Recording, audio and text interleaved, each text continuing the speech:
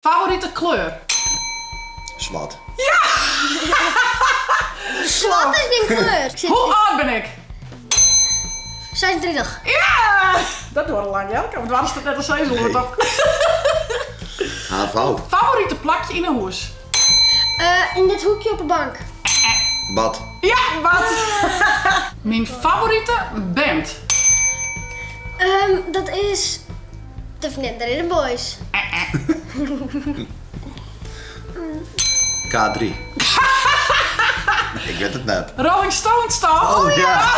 Jongen, nou beide je punten. Favoriete musical?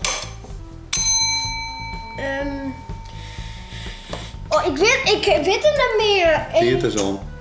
De Tocht? Nee. Le Miserable. Ja. En? En Jesus Christ Superstar. Ja. Ah ja, maar dat ken ik toch nooit weten.